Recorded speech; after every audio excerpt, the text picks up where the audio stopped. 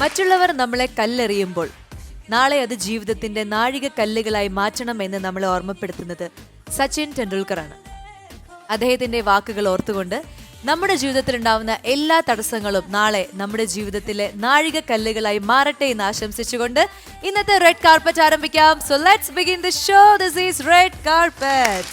ഇന്ന് നമ്മുടെ അതിഥികളായിട്ട് വരാൻ പോകുന്നത് എനിക്ക് തോന്നുന്നു നമ്മൾ മലയാളി പ്രേക്ഷകരെ ഒരുപാട് ചിരിപ്പിച്ചിട്ടുള്ള ഒരു കലാകാരനാണ് നവാസ്, കലാഭവൻ നവാസ്. അദ്ദേഹത്തിന്റെ കൂടെ അദ്ദേഹത്തിന്റെ ഭാര്യ, നമുക്ക് ഒരുപാട് നല്ല കഥാപാത്രങ്ങളിലൂടെ ആ മുഖം കാണുമ്പോൾ തന്നെ നമുക്ക് ഒരുപാട് കഥാപാത്രങ്ങൾ മനസ്സിൽ വരും. കലാഭവൻ നവാസും ഭാര്യ രഹന നവാസുമാണ് ഇന്ന് നമ്മുടെ അതിഥികളായിട്ട് വരുന്നത്. So let's welcome Kalabhavan Navas and Rahna Nawaz.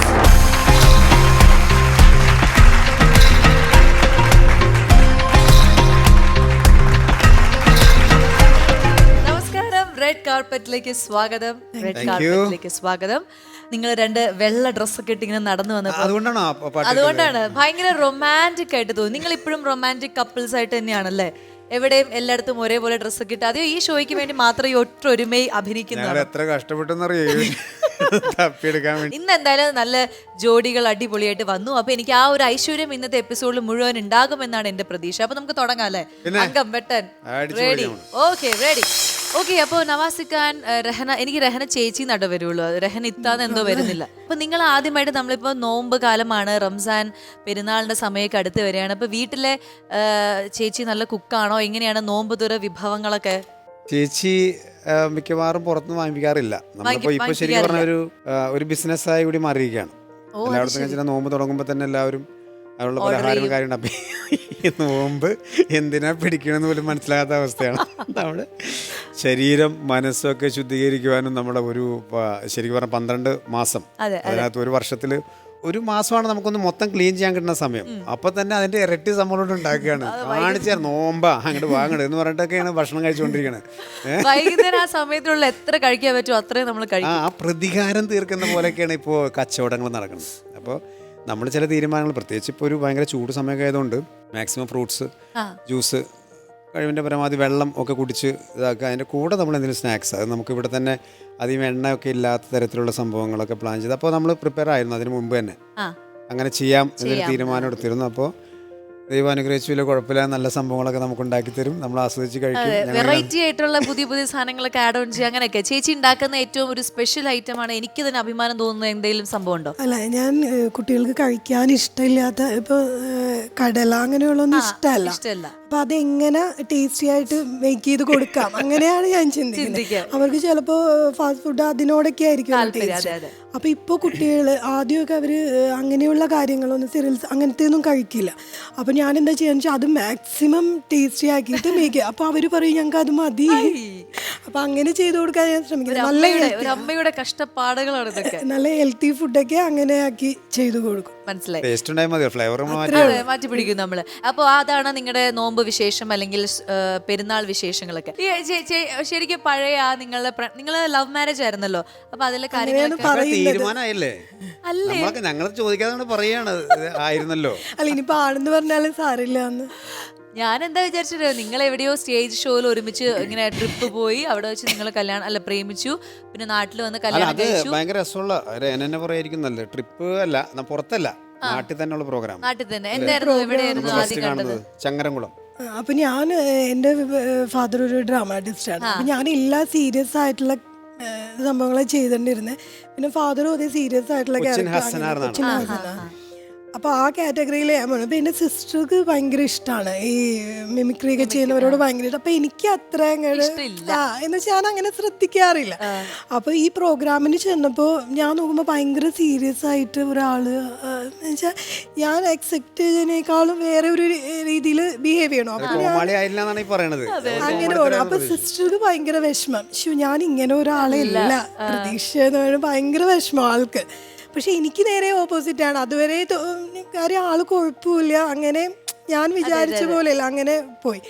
അപ്പോൾ പ്രോഗ്രാമിൻ്റെ അന്നത്തെ ദിവസം എൻ്റെ അടുത്ത് പറഞ്ഞു, നവാസ്കയാണ് ഇത് ഷോ. അപ്പോൾ ഫസ്റ്റ് എൻ്റെ ഒരു രംഗപൂജ പോലെ ഒരു ഡാൻസ് ചെയ്തു. അത് കഴിഞ്ഞ് ഒരു പാട്ടുണ്ട്, അത് കഴിഞ്ഞാൽ ഉടനെ അടുത്ത സ്കിറ്റിന് കയറണം. അപ്പോൾ അപ്പോൾ ഞാൻ അതുവരെ സ്കിറ്റ് ചെയ്തിട്ടേ ഇല്ല. അങ്ങനെ ഞാൻ ഈ ഫസ്റ്റ് ഡാൻസ് കഴിഞ്ഞ് ഇറങ്ങിപ്പോയി ഭരതനാട്യത്തിന്റെ ഡ്രസ്സ് ഇട്ടിരുന്നേ ക്ലാസിക്കൽ. അപ്പോൾ അറിയാലോ അതിൽ ഒരുപാട് കുനിഷ്ഠകൾ ഉണ്ടല്ലോ അതിനകത്ത്, അത് കെട്ടിവെച്ചത് അഴിക്കാൻ വലിയ പാടാ. അപ്പോൾ എല്ലാം ലോക്ക് ചെയ്തത് കംപ്ലീറ്റ്. നമ്മള് ഒരു സോങ്ങിന്റെ ഗ്യാപ്പിൽ പറഞ്ഞപ്പോ ഓ അതിനെന്താ, ഞാനിപ്പോഴൊക്കെ നമ്മള് അവിടെ നാട്ടിലൊക്കെ ഡാൻസ് ഒക്കെ അടുപ്പിച്ച് ചെയ്യണം സെക്കൻഡ്സിനകത്ത് ചേഞ്ച് ചെയ്തൊക്കെ വരാറുണ്ട്. ഒരു സോങ് ഫുള്ള് ധാരാളം. അപ്പൊ അങ്ങനെ നമ്മൾ ചാർട്ട് ചെയ്തു. ഇത് ചെയ്ത് ഡ്രസ്സ് കുടുങ്ങിപ്പോയി, ഒരു തരത്തിലും പറ്റില്ല. അപ്പൊ കൽപ്പന ചേച്ചിയുണ്ട്. അപ്പൊ ചേച്ചി പറഞ്ഞ എന്താ മോളെ, ചേച്ചിയാണെങ്കിൽ പ്രഗ്നന്റ് ആയിട്ട് നേരെ വയറുമായിട്ടിരിക്കുക. അപ്പൊ ചേച്ചി പറഞ്ഞു എന്ത് ചെയ്യുമ്പോളെ, ഞാൻ ഒരു രക്ഷയില്ല. അങ്ങനെ പാട്ട് മൊത്തം കഴിഞ്ഞു. ചേച്ചി എവിടുന്നോ ഒരു ചെറിയൊരു ബ്ലേഡ് കിട്ടി, ഒന്നുമില്ല, അതുകൊണ്ട് കട്ട് ചെയ്ത് അപ്പോഴത്തേക്കും സ്കിറ്റ് അവിടെ കയറി കഴിഞ്ഞു. നായകനും നായികയും തമ്മിലുള്ള ഒരു സ്കിറ്റാണ്. അപ്പോൾ സുധീഷ് ചേട്ടൻ നായകനായിട്ട് ചെയ്യണം, ഞാൻ നായികയായിട്ട് ചെയ്യണം. അപ്പോൾ സുധീഷ് ചേട്ടനും ഡയറക്ടറും ക്യാമറമാനും എല്ലാവരും കയറിയിട്ട് നായിക വരുന്നില്ല. അപ്പം ഞാൻ കേൾക്കുന്നുണ്ട് ഈ നായിക എടുക്കണ്ടെന്ന് ഞാൻ പറഞ്ഞു, ഭയങ്കര ജാടയായിരിക്കും. ഞാൻ അതൊക്കെ സമയം പോണ്ടേ. എന്നിട്ട് ഡ്രസ്സ് വേഗം ചേഞ്ച് ചെയ്ത് ഒരു ലെഹങ്ക എടുത്തു, കാതിൽ കമ്മലിട്ടിട്ടില്ല, മാലിട്ടിട്ടില്ല, വളയിട്ടില്ല. ഓടണേൻ്റെ ഇടയ്ക്ക് കൽപ്പന ചേച്ചി വേഗം ചേച്ചിയുടെ കൈ കിടന്നിരുന്നു, ഒരു 2 വള എടുത്ത് എൻ്റെ കയ്യിലേക്ക് ഇട്ട് തന്നു. ഞാൻ ഓടിപ്പോകുമ്പോൾ നവാസ്ക, ഞാൻ ഡോറ് തുറക്കൽ നവാസ്കേനെ കുറേ വഴക്ക് പറഞ്ഞു. അത് എന്തൊക്കെ എൻ്റെ ചെവി മൊത്തം അടഞ്ഞു പോയി, എക്സ്പ്രഷൻ മാത്രം അത്ര ഭയങ്കരമായിട്ട് ചീത്ത പറഞ്ഞു. കാര്യം എന്താ വെച്ചാൽ ഒരു ഇത് മതി എന്ന് പറഞ്ഞിട്ട് പിന്നെ ഞാൻ ഓടിയാ കയറിയത്. അതായിരുന്നു ഫസ്റ്റ് ഞങ്ങളുടെ എല്ലാവരും ആദ്യം ഫ്ലവർ കൊടുത്തിട്ടല്ലേ. ചീത്ത വിളിച്ചുകൊണ്ടാണ് മുഖത്ത് പല മിന്നി പറയുന്ന ഭാവം കേട്ട് പേടിച്ചു. അന്ന് വെറുപ്പ് തോന്നണ്ടല്ലേ, പിന്നെ എങ്ങനെ ഇഷ്ടം തോന്നി? അല്ല ഞാൻ കേട്ടില്ലല്ലോ, ചെവി മൊത്തം അടഞ്ഞു പോയില്ലേ. അതിനുശേഷം പിന്നെ എന്നാണ് നവാസിക്ക് ഒരു ഇഷ്ടം തോന്നി? അല്ല അങ്ങനല്ല, അയ്യോ അതൊക്കെ നമ്മൾ അന്ന് കണ്ടു പരിചയപ്പെട്ടു പോയി. ഞങ്ങള് ഫിലിം ഒരുമിച്ച് ചെയ്തു, നീലാകാശം എന്ന് പറയുന്ന നമ്മൾ ഒരുമിച്ചുള്ള പടമായിരുന്നു. അത് കഴിഞ്ഞ് എൻ്റെ ബ്രദർ നിയാസ് ഓൾറെഡി അതിനകത്തൊരു എപ്പോഴും വരാറുണ്ട്, പിന്നെ ചെറിയ വേഷമൊക്കെ അതിനകത്ത് ചെയ്തിട്ടുണ്ട്. അപ്പോൾ ശരിക്കും എനിക്കൊരു പ്രപ്പോസൽ നടക്കുന്നൊരു സമയമാണ്. എൻ്റെ ചേട്ടൻ വളരെ നേരത്തെ കല്യാണം കഴിച്ചാളാണ്. അങ്ങനെ ഒരു അന്വേഷണം നടക്കുന്നതിൻ്റെ ഭാഗമായിട്ട് ഇവരുടെ ഒരു ബാക്ക്ഗ്രൗണ്ട് നമുക്ക് എല്ലാം കൊണ്ടും കംഫർട്ടബിൾ ആയിട്ടുള്ളത്. വെച്ചാൽ വാപ്പ ഡ്രാമ ആർട്ടിസ്റ്റ്, എൻ്റെ ഫാദർ ആർട്ടിസ്റ്റ് ആയിരുന്നു. അപ്പോൾ അങ്ങനെ ഒരു കലാകുടുംബം നല്ലതായിരിക്കും. നമ്മൾ ചർച്ച ചെയ്യുന്ന കാര്യങ്ങളൊക്കെ നമുക്ക് പരസ്പരം മനസ്സിലാക്കാൻ പറ്റുന്ന അങ്ങനെ അത്രേ ഉള്ളൂ കേട്ടോ. അതാവുമ്പോൾ നമ്മൾ സംസാരിച്ചു, ചേട്ടൻ തന്നെയാണ് സംസാരിക്കുന്നത്. സംസാരിച്ചു കഴിഞ്ഞ് പിന്നെ ഒരു 2 വർഷമൊക്കെ കഴിഞ്ഞിട്ടാണ് കല്യാണം നടക്കുന്നത്. കാരണം ഒരു സിസ്റ്റർ ഉണ്ട്, 3 years സ്വപ്ന എന്ന സിസ്റ്റർ ഉണ്ട്. അപ്പോൾ അവരുടെ സംഭവങ്ങൾ കഴിഞ്ഞിട്ടാണ് നമുക്ക് ആലോചിക്കാമെന്ന് പറഞ്ഞതിൻ്റെ പേരിൽ അങ്ങനെ വെയിറ്റ് ചെയ്തു. അങ്ങനെ എന്തായാലും നിങ്ങളുടെ ഈ ഒരു 18 വർഷത്തെ ഈ ദാമ്പത്യ ജീവിതവും പിന്നെ അതിനിടയിലുള്ള ഈ സ്നേഹം അതെല്ലാം അടിപൊളിയായിട്ട് പോകുന്നു. പക്ഷെ ഈ റെഹന ചേച്ചിയെ നോക്കിക്കൊണ്ട് ഒരു പാട്ട് പാടാൻ നമ്മളെന്നല്ല ആര് പറഞ്ഞാലും പെട്ടെന്ന് ഏതൊരു പാട്ടായിരിക്കും മുഖത്ത് നോക്കി പാടാൻ പറ്റുന്നത്? മുഖസ്തുതി അല്ലേ? മുഖസ്തുതി. പൂമുഖവാതിൽക്കൽ സ്നേഹം വിടർത്തുന്ന പൂന്തിങ്കളാകുന്നു ഭാര്യ. പൂമുഖവാതിൽക്കൽ സ്നേഹം വിടർത്തുന്ന പൂന്തിങ്കളാകുന്നു ഭാര്യ. ദുഃഖത്തിൻ മുള്ളുകൾ പൂവിരൽ തുമ്പിന പുഷ്പങ്ങളാക്കുന്നു ഭാര്യ. ദുഃഖത്തിൻ മുള്ളുകൾ പൂവിരൽ തുമ്പിന പുഷ്പങ്ങളാക്കുന്നു ഭാര്യ.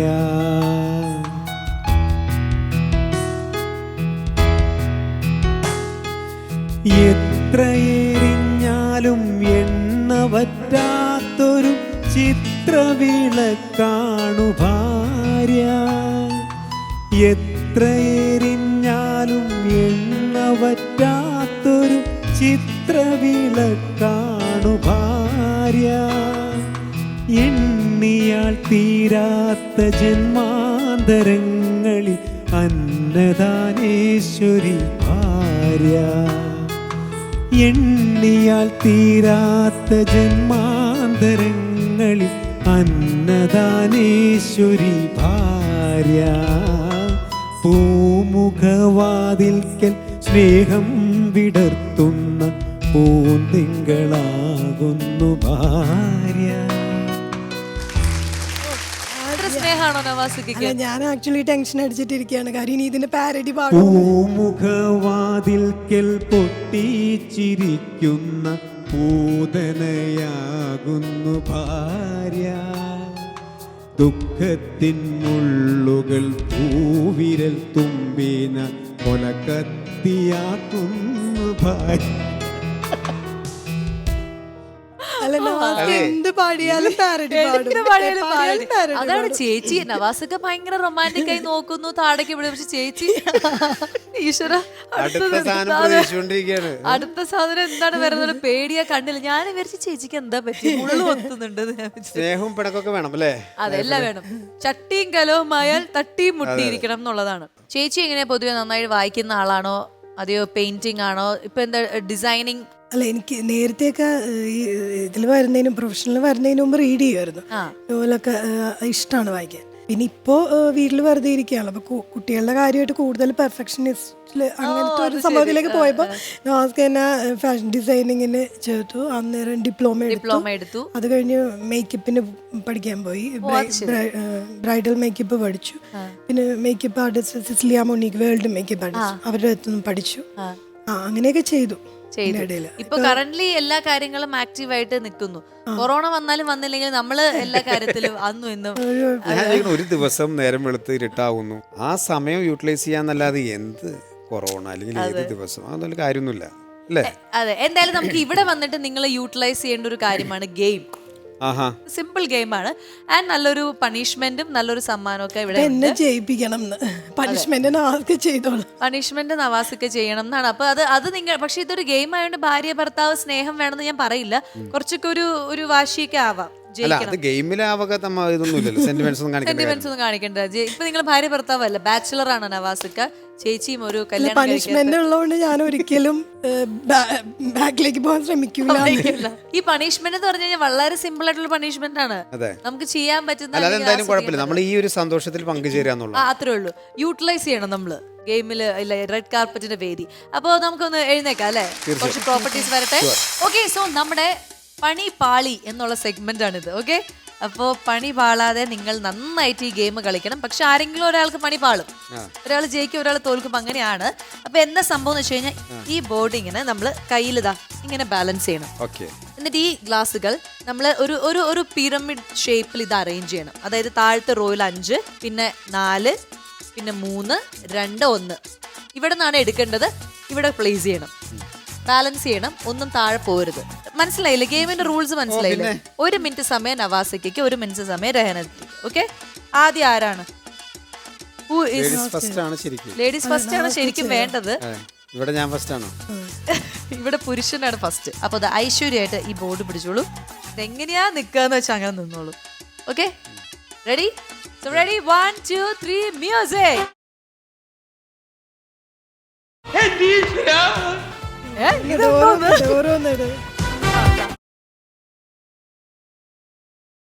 ഈശ്വരോ, ഇതെന്തൊരു പാടേ ഇത്.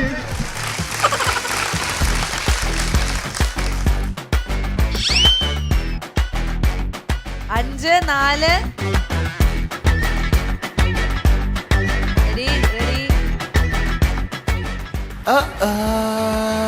കിളിപ്പോയി.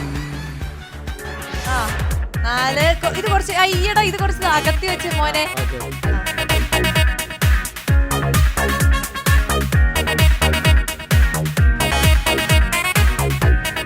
Yes yes. ഓ ചേട്ടൻ നവാസക്ക് ഇത് സിമ്പിൾ ആണ്. ഡെയിലി കളിക്കുന്ന ഗെയിമാണ്. സമയമുണ്ട്, ധൃതി വെക്കണ്ട. Very good very good very good. Pyramid ഇങ്ങനെ മുകളിലേക്ക് പോയിക്കൊണ്ടിരിക്കുകയാണ്. ഇല്ലല്ല.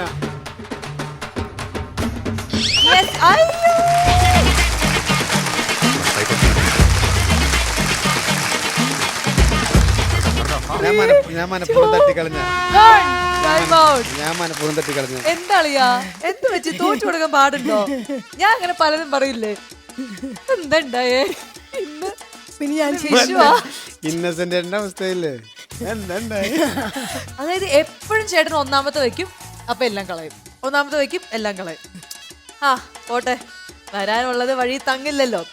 പക്ഷെ എന്നാലും ഗംഭീരമായി കളിച്ചു. ഇനി നമുക്ക് നോക്കാം രഹന ചേച്ചി ഈ ഗ്ലാസും കൊണ്ടുള്ള പിരമിഡ് പൂർത്തിയാക്കുമോ ഇല്ലയോ എന്നുള്ള നോക്കാം. യെസ്, അപ്പൊ റെഡി, 1 2 3 മ്യൂസിക്.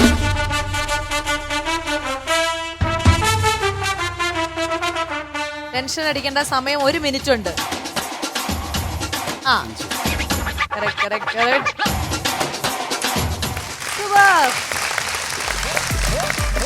സെക്കൻഡ് റോ നമ്മൾ കംപ്ലീറ്റ് ചെയ്തിരിക്കുകയാണ്. ഇനി third raw.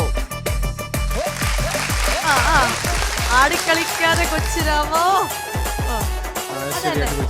Correct. Very good. 40 seconds ഉണ്ട്, അതുകൊണ്ട് പതുക്കെ ചെയ്താൽ മതി. യെസ്.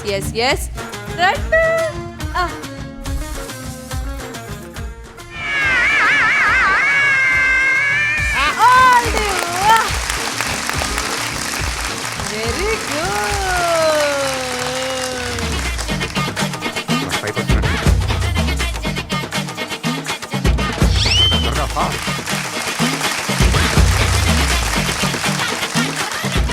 വളരെ മിടുക്കിയായിട്ട് അത് ഹാൻഡിൽ ചെയ്തു എന്നുള്ളതാണ്. നവാസ്ക്ക് തോറ്റു തന്നോണ്ടാന്ന്. ഇല്ല, നവാസൊക്കെ നല്ല വാശിയോടെ തന്നെ കളിച്ചു. തോറ്റു തന്നല്ല, പക്ഷെ ചേച്ചി എന്തോ കറക്റ്റ് അത് മാനേജ് ചെയ്യാനായിട്ട്, ബാലൻസ് ചെയ്യാനായിട്ടുള്ള ട്രിക്ക്, കുടുംബം ബാലൻസ് ചെയ്ത് ഗ്ലാസ് എടുത്ത് കഴുകിട്ട് വെക്കുന്നത്. അതാണ് കുടുംബത്തിലെ ഗ്ലാസുകൾ ഇങ്ങനെ ഗ്ലാസ് കഴുകി തുടങ്ങണം.